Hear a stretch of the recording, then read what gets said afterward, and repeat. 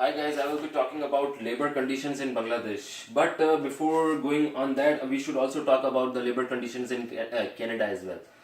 In Canada, we have safety rules and regulations for the workers. Safety is important to us. Just like that, every other country should focus on the importance of working conditions in each country. There have been numerous incidents due to lack of safety that put many people's life in danger, but the most famous one, as we have been taught already, is the Rana Plaza incident.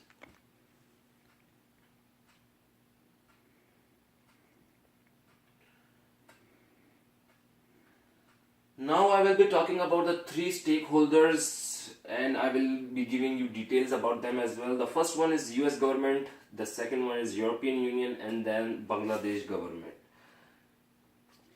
When we come to US government, it tells us that many Americans stopped buying products made in Bangladesh knowing the working conditions. US government is keen on improving the labor conditions in Bangladesh because a lot of garment made from the clothing stores is made from Bangladesh.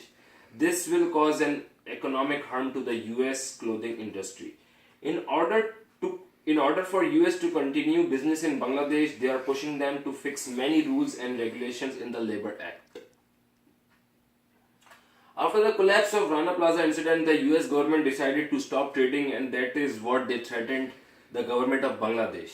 But however, on July 8, 2013, there was a treaty signed between the European Union government which made it a little bit better for them. Now, that agreement also tried to implement an action plan for the Bangladesh government to follow to ensure safety of workers. That included to increase safety inspectors, allow for collective bargaining, worker unions, or drop or expeditiously resolve pending criminal charges against labor activists to ensure workers and their supporters do not face harassment or intimidation. Now we come to the European Union. The European government is interested in this matter because most of Bangladesh business is given to the European Union. If anything happens to these factories, they are producing the goods, then it will affect the business for the European countries. In order to improve working conditions for Bangladesh government industry, Europe developed an agreement with the Bangladesh government. That is the same agreement that the US signed as well.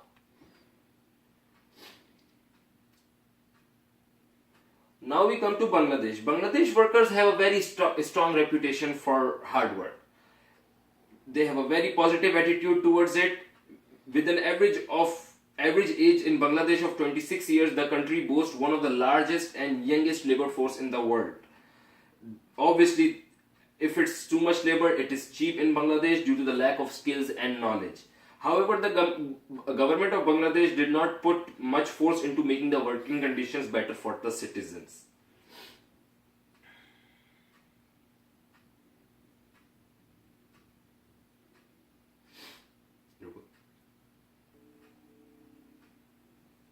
The government of Bangladesh, after few incidents which caught the international eye, pressured the government to take interest. So higher pressure from international and local people and organizations such as US government and European Union. Since the government is implementing stricter laws, many companies are beginning to enforce safer working conditions. However, funding is still a problem. Bangladesh has labor laws that specify employment conditions, working hours, minimum wage levels, leave policies, health and sanitary conditions, and compensations for injured workers. Many of these rules and regulations are implemented into the workplace. However, if there is any action taken or not, that is still clear. Thank you for listening to my presentation, and I hope all the working conditions are actually made better.